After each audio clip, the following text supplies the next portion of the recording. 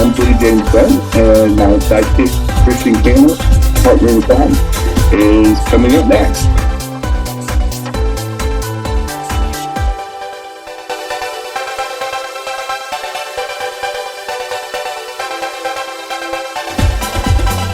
Hey everyone, I'm Jim's sidekick. Welcome to Two Queers in a Truck. Hi y'all. See you soon.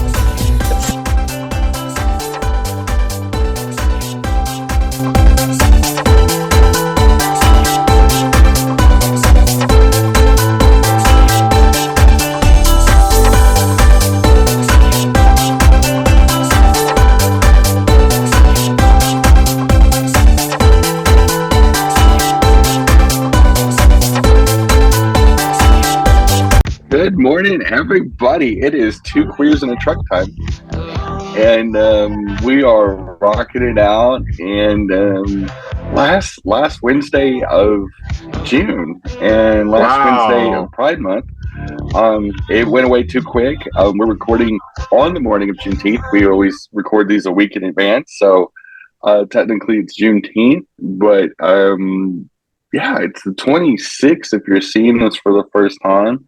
June's already gone. I know. Pride Month has just evaporated. I guess because we don't do a daily show, we do a weekly show. Mm-hmm. It seems like these months go by really fast in recording space. Outside of the show, I don't know if the months go by as fast, but you know, but it is one of these phenomenon that I think I think so many people have anticipated so much craziness for this year, mm-hmm. and there's so much going on when you think about it. And you have the war in Russia and Ukraine, and you have the war in the Middle East with Israel and Palestine, and so many other hot spots boiling over, and so many things going on. And I mean, and domestically, we have so much going on that I think it makes people tune out. Yeah. And look for other entertainment. And I think coming out of these pandemic years, people were just done. A lot of people were just done. Almost like everybody's got a little bit of lidocaine sprayed all over them is because people are just, I feel like there's a lot of people kind of tuned out. And also too, it's summertime, and people don't want to talk about the serious issues till Labor Day. You know, like, hey, don't trouble me. It's my summertime. It's my break time. But anyway, exactly. Speaking of trouble, Mr. Justin Timberlake got in trouble this last week, and it brings up an interesting topic. And I was talking to my business partner about this, and it's kind of one of these things where my immediate response was, let me look up and see how much he's worth, because he got in trouble. He was drinking and driving. So he was drinking and driving in, I believe, the Long Island area. And, you know, there's like the Hamptons and Montauk and all this. And it's a very small geographical space. First of all, it's not an overwhelmingly large space. There isn't a lack of transportation. We're not talking about way far west Texas where the counties literally have maybe 5 people living in them. This is a very active playground for people in the tri-state area, but especially New York City. And a lot of the wealthy people party out here. A lot of the gays. There's all kinds of communities out here.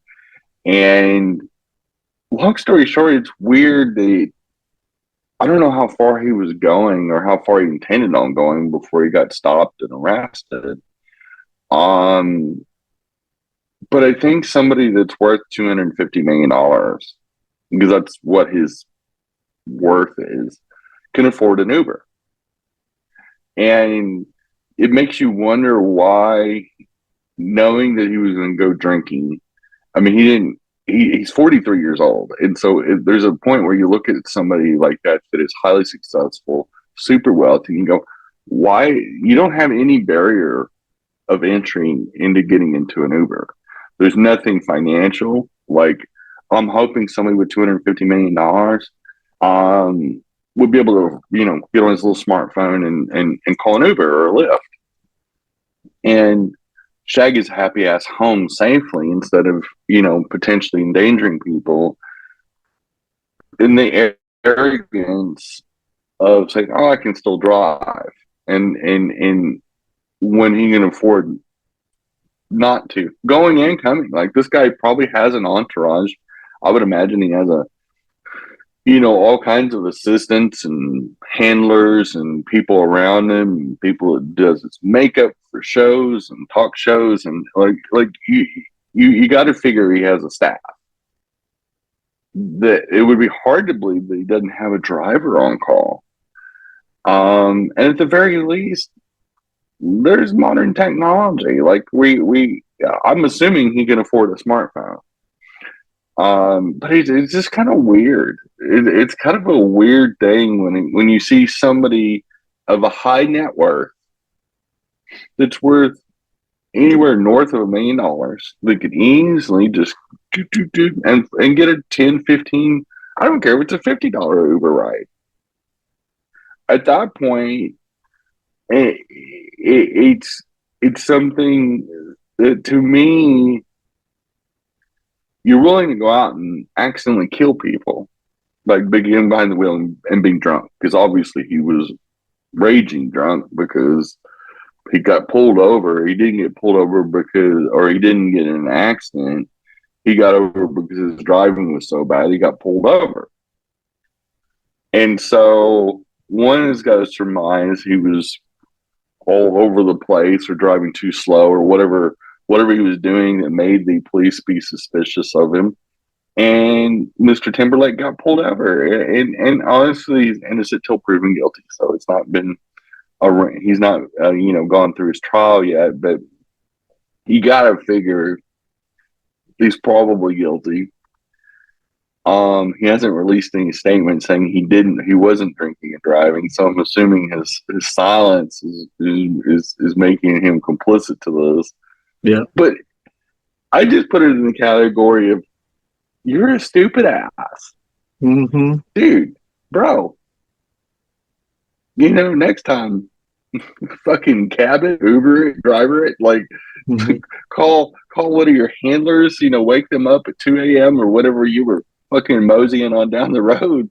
But, don't drink and drive, dumbass. Like, love you. And I like Justin Timberlake, as the former Mr. Britney Spears, and and so many other things he's done in his life. He was in NSYNC. You just kind of go, oh, dude, like, come on, man, do better. He's one of those guys that you expect to do better. You expect this from, like, one of Trump's kids, like Don Jr. You'd expect him to be all coked out and up. I expect him to get stopped. I expect Rudy Giuliani to get stopped. I don't expect Justin Timberlake to get stopped. Like, mm-hmm. You tend to be one of the good guys. Don't disappoint us, and don't disappoint yourself, dude. On funny notes and self-inflicted wounds, this is the anniversary. This last week, while we're recording this, is the anniversary of the Titan, the submersible that several billionaires met their demise. It was almost coffin shaped, which was appropriate because everybody on board got squished to death under the ocean in search of the Titanic, with about $40 worth of gamer controllers to guide this thing. Such a brilliant idea. And Chris, it was meme heaven. I mean, last summer the memes and the orcas saying fuck them boats and all the funniness that came with it. But now there's several billionaires, including Bezos and Elion and some others, that are saying, well, maybe we should still try this. Maybe we should still do this. And I don't know if Bezos and Elion specifically want to go down. I think it's more like, well, we want to push the envelope. We want to, it's almost like, okay, these high wealth individuals, it's not enough that they're building penis shaped rockets and going into orbit and having all these ego strokes. Let's do one more stupid thing. Let's get in a tin can and go down and visit the Titanic. And it's just, it's like, are you bored? Do you need a babysitter? Do you need a hobby? Like, is there, like, do you need a binky and a nap? Why do you wake up super wealthy? Like, I don't get these really wealthy, especially these really wealthy white guys that they go, let me do the dumbest thing I can do because I can. Let me get into this piece of shit submarine that isn't functioning right. And even the safety staff said, dude, let's sit this one out. They do it anyway. They get, controllers that they probably bought from Best Buy, and they go in and take this commercial. What could go wrong? Half the people can barely get their Xbox to work at home. Mm-hmm. But at least you're above the waterline. You're not thousands and thousands of depth-crushing feet below the waterline, relying on these controllers and hoping that the batteries work, and everything else that goes with it. And it's just really bizarre. I don't know. And it kind of makes me giggle. I don't feel sorry for anybody that died in that submarine last year. And it fueled the eat the rich mentality here in this country, is that most people did not sympathize with anybody in that submersible, because they're like, let's less billionaires in this world. No biggie. We'd like to put some more into some submersibles, because we're getting to that point where people are getting affected by economic greed, and they see this as excessive. They see this as something that's not necessary, that the money that they're spending to do these missions could go and feed people. They could educate people. It could prevent so much of the stupidity is going on, just by introducing people to reading books. Like, if somebody would have introduced reading books to Trump, for example, and taught him how to read and speak properly, what a different world we'd have, instead of being a pontificating jackass. I mean, just call me kooky, but with the power of reading is fundamental. I mean, the old saying is never more true than it is in this era now, with all the Nazis wanting to ban books that have fifis in them. Anyway, we're up against our second break, and we'll be right back with some more Two Queers in the Truck. Hey y'all, just a happy reminder from all of us at Coffee and Pedalce. It's Happy Pride Month, Happy International Pride Month. And whomever you are, whether you're an ally or a member of the LGBT community, please celebrate and please show your pride, whether you're in or out of the closet. All lives are valid, and we appreciate y'all, and fly your flags and enjoy your month. Thanks for participating. See y'all next Pride. week. Happy Pride. Hey y'all, thanks for watching Coffee and Pandosy, but I wanted to talk about something personal. I have started a company with a business partner of mine called Java Notes Records. And we have an Instagram page, and in our biography, or as the cool kids call it, the bio, we have a link to our Indiegogo page. If you go onto our Instagram or our Facebook, we have a campaign going for our Indiegogo, and it's helping us start this company that's going to help so many people between employment, charitable events, things of that nature. We're really doing this for our local community and really trying to help others and create a job for me too. But if you would go to our Instagram page for Java, like JAVA Notes Records, and I would appreciate the support. Thanks for listening. All right. Bye, y'all. So Instagram and Facebook, Java Notes Records. Right. Got it. Java Notes Records. All right. Thank you. Hey, everybody. You can catch us on your favorite audio podcast platform, Spotify, and all Apple Store, the Google machine, and whoever else does podcasts. We're on there. We broke in, and we're staying. So enjoy the Two Queers in the Truck on your favorite audio podcast platform. Thanks for listening or watching.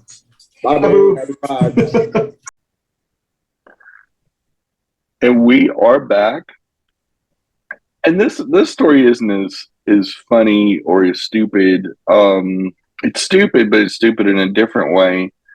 A white man named, and I'm saying this a certain way because it's not only how the story reads, but it's also how this guy reacted. A white man named Paul Jonathan Bittner, age 42, was charged with a hate crime and a second-degree assault of a child in connection with an incident on June 12th. He was walking down a street near a middle school, and he crossed the street in front of a group of young black students, including one that I don't know if they said something or whatever, but he said, this Bittner guy said, "Are you going to talk to a white man like that?" And then after he said that, he punched and shoved a 11-year-old child. And it's kind of bizarre. And it 4 years ago we had the whole George Floyd controversy and the marches and the Black Lives Matter thing, and then this year we I hope this doesn't blow up, but in a certain way, it's the audacity of a 42-year-old man to punch an 11-year-old child. I mean, 11 years old. I mean, I can think about the size I was 11 years old, and if a grown ass man punched me, he chipped the tooth, and hurt this kid, to a point to where the police got involved, and the guy got arrested. But you think, God, where are we at in this country where somebody just says you're going to talk to a white man like that? Like, I don't feel like we're in 2024. Like this has like 1955 Klan vibes all over it. Like, dang, where are we at in our history? When again, this is woeful ignorance. It's painful. Like, hey, white people, do better. Can we do better? Can we do better than sending submarines down the Titanic? Can we do better than Justin Timberlake jumping in his fancy car and getting DWIs? And can we keep middle-aged white men from punching young black kids in the face? I mean, at least you're not shooting them for ringing a doorbell, but it's still stupid. It's like, can we what was the old saying? Just, can we all get along? Can we just get along? Like in kindergarten, can we keep all of our hands and all objects to ourselves? Take some naps, drink some juice boxes or something. I mean, for fuck's sake, like, whatever the kids said, and I think back to my own personal life. This week I was shopping at a Walmart next to. I had some young boys that kind of cut the line, so to speak, but the Walmart worker was the one guiding them over because they all had just like one item. But I kind of said something and said, when they first cut the line, they said, "No, the lady got it." So I was like, okay. And then they were kind of eyeballing me, but I didn't escalate it. I was the adult in the situation. I just kind of smiled and waved them on and just shrugged my shoulders and went about my business. I didn't punch him. I didn't go out there, and if I did pull a gun and start waving around or shooting in the air or shooting at the kids or anything like that. And it doesn't take much to be the bigger person in these situations. Because one, they weren't close to me. They weren't close enough to me. They were probably 40 or 50 feet away when they were checking out. But they were kind of across of me once I got to the checkout line. Because there were so many of them in the group. There was 4 or 5 of these. I mean, they were probably like, they weren't old enough to drive. They probably walked over to the store because this Walmart sits on the edge of a neighborhood.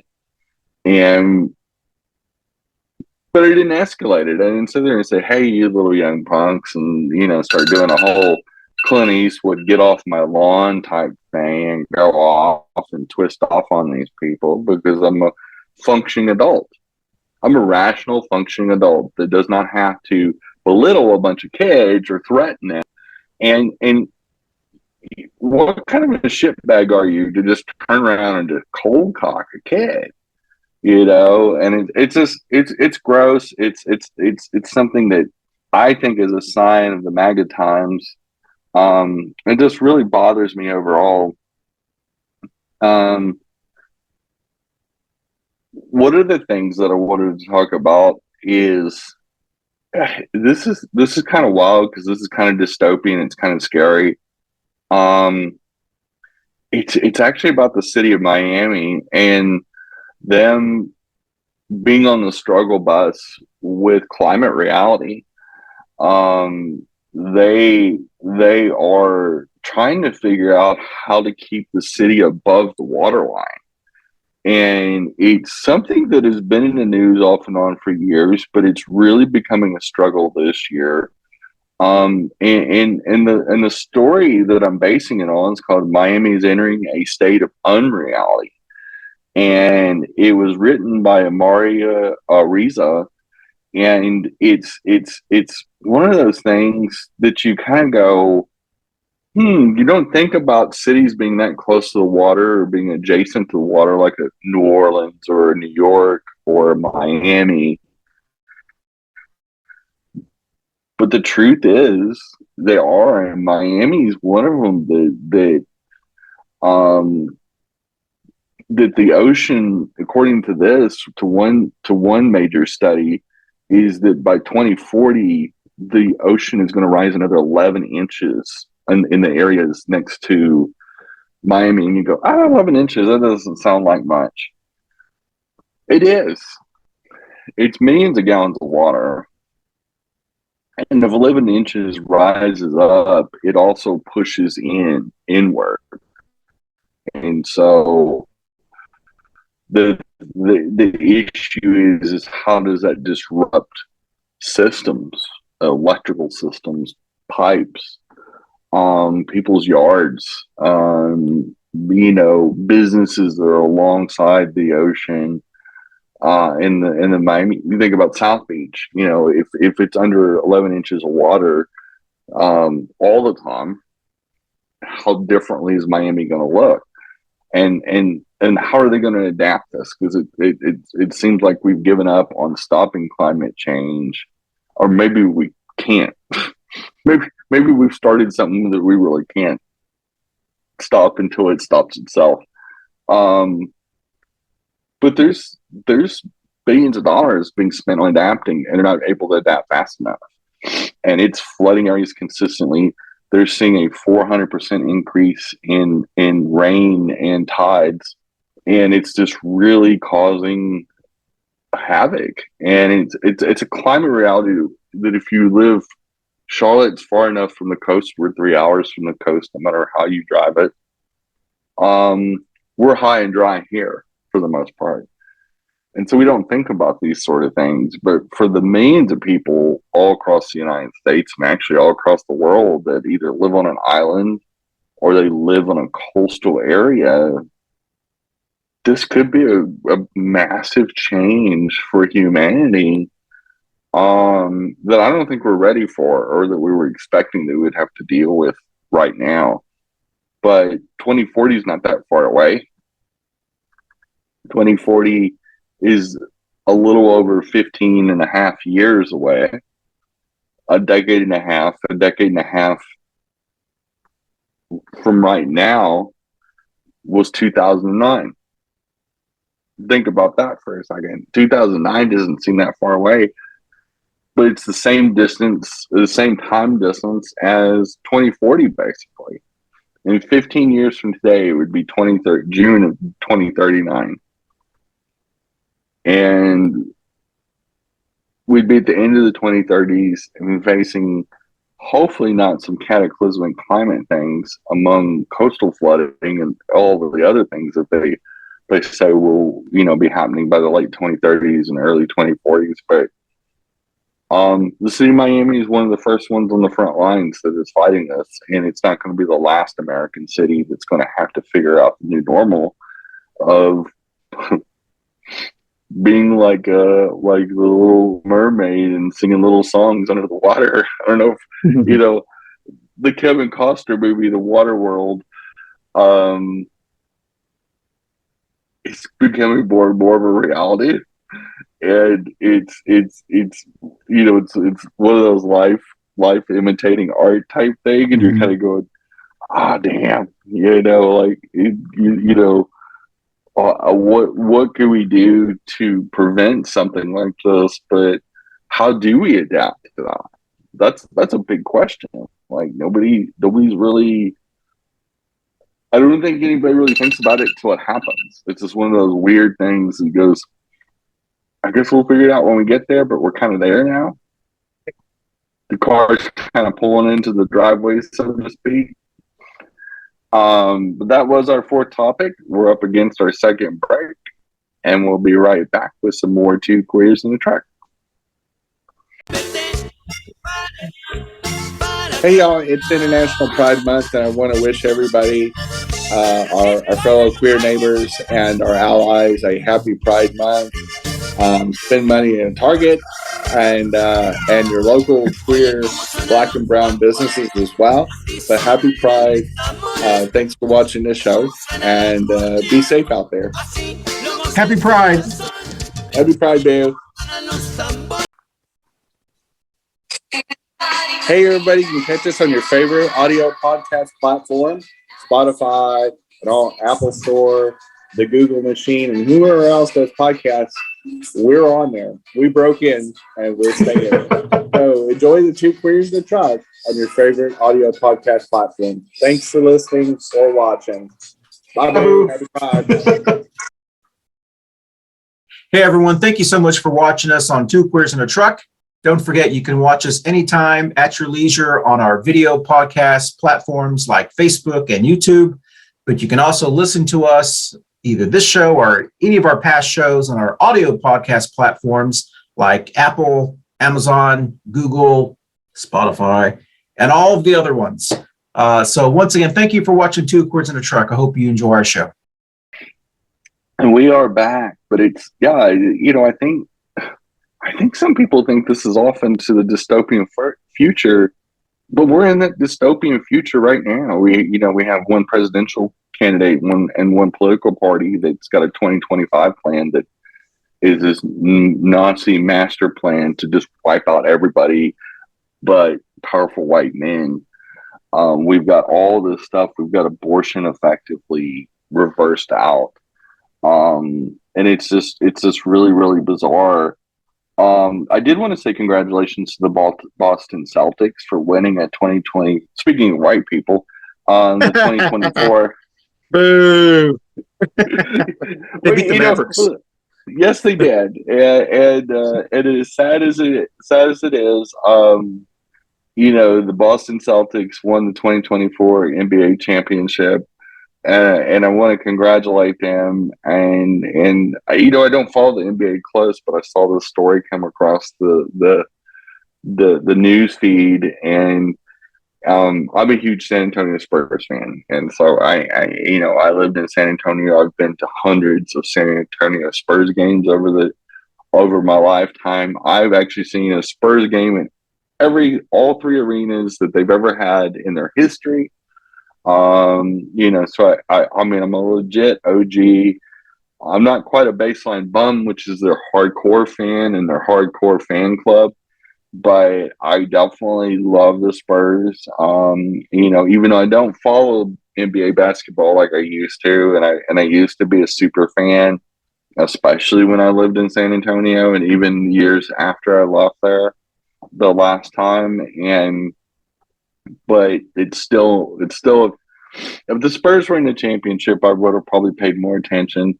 And I do love the Mavs. And I do love the owner of the Mavericks, Mark Cuban. I think he's one of those super progressive,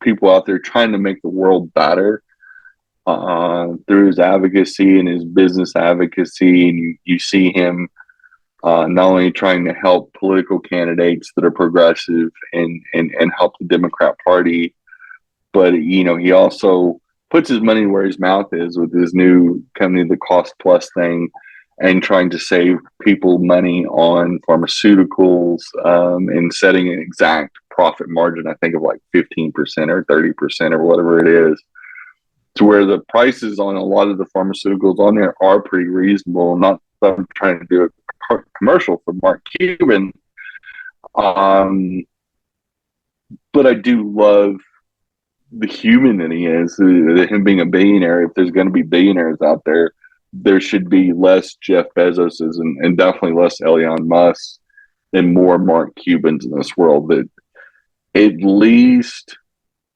have a baseline of decency. That I'm sure he does outrageous things. He probably owns some fancy cars, and he probably does some things that are ostentatious because he's a billionaire. I know that I would not be a perfect little angel. If you gave me $1 billion, I'm not sure that would be a good idea. But if I happen to have $1 billion at my disposal, God help you all, first of all. Second of all, I'm not sure that I wouldn't indulge a little bit. But I would love to help communities in general, and especially my trans community. It is so greatly affected by economic hardship and things of that nature. I know that we should all do better. We should all find a way to be a better angel, a better version of ourselves, and that would be nice, And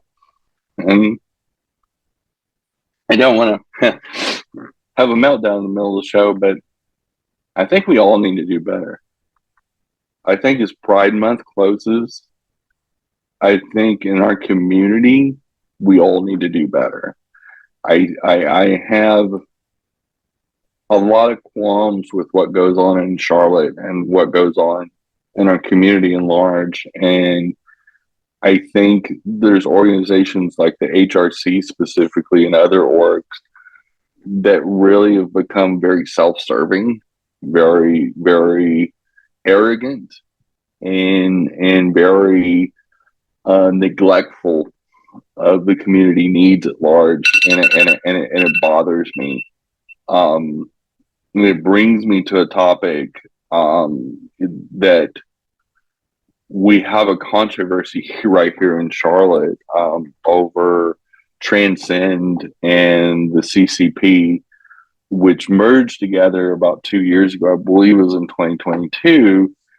And recently, most of the Transcend leadership has resigned or walked away from the merged organization. And the timing's not lost on anybody. There is a letter out and a statement out because they received a grant from Jeff Bezos's ex-wife, and I can't recall her name right now, but it was a $2 million grant to this organization. And right after that, there was no announcement that they received the grant. They didn't make a big deal of it. It's almost like they tried to hide the fact that they get $2 million, even though that foundation announced it and the press picked up on it, and the press reported it. So it was and it wasn't the only Charlotte organization that got some money, but it was one of the most notable ones because part of it is the Transcend organization, which serves my community, and I receive services from this organization. So this is deeply personal to me. But to see what's going on and see the lack of accountability and the lack of transparency. And there's an old saying, where there's smoke, there's fire. And CCP is putting off a lot of smoke. Their lack of responsiveness, their lack of transparency on what they're going to do with the $2 million, because they turned around and canceled the queer prom. They turn around and are changing things or not doing things, and just pulling support from the transcend part of the group, which serves the transgender and non-binary community here in the greater Charlotte area. There's a lot of concerns because they've got $2 million reasons, 2 million reasons to. It seems like there's a lot of fuckery and chicanery about to go on. Are they going to start shutting off all services and take the money and run? Because the checks are cleared. They already got the $2 million. I'm assuming the grant doesn't have a clawback feature.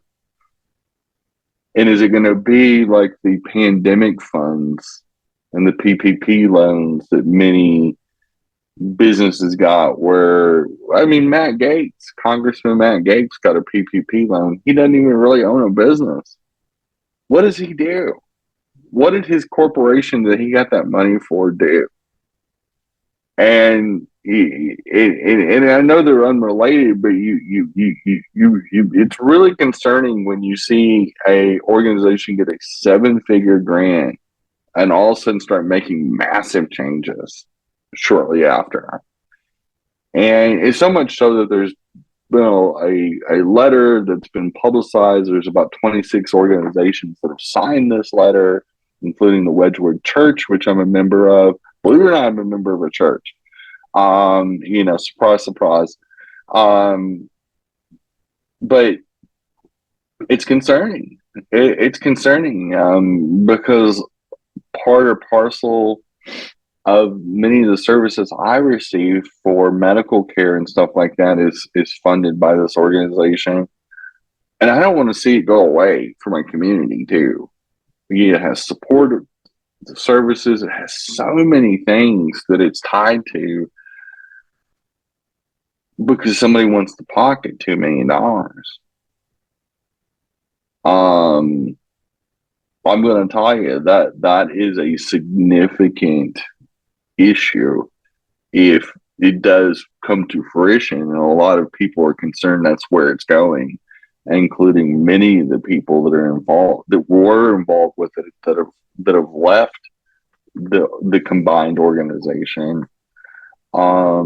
They're all worried that the old song "Take the Money and Run" may be in play here.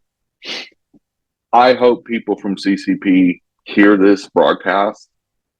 I hope that they take my words real serious, because mark my words, if that does happen, there'll be hell to pay.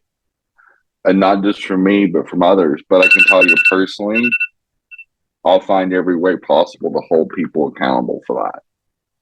However you want to take that, that's up to you. But I would tell you what, this bitch has been around to the world and back, chasing terrorists in my former career. I can find you.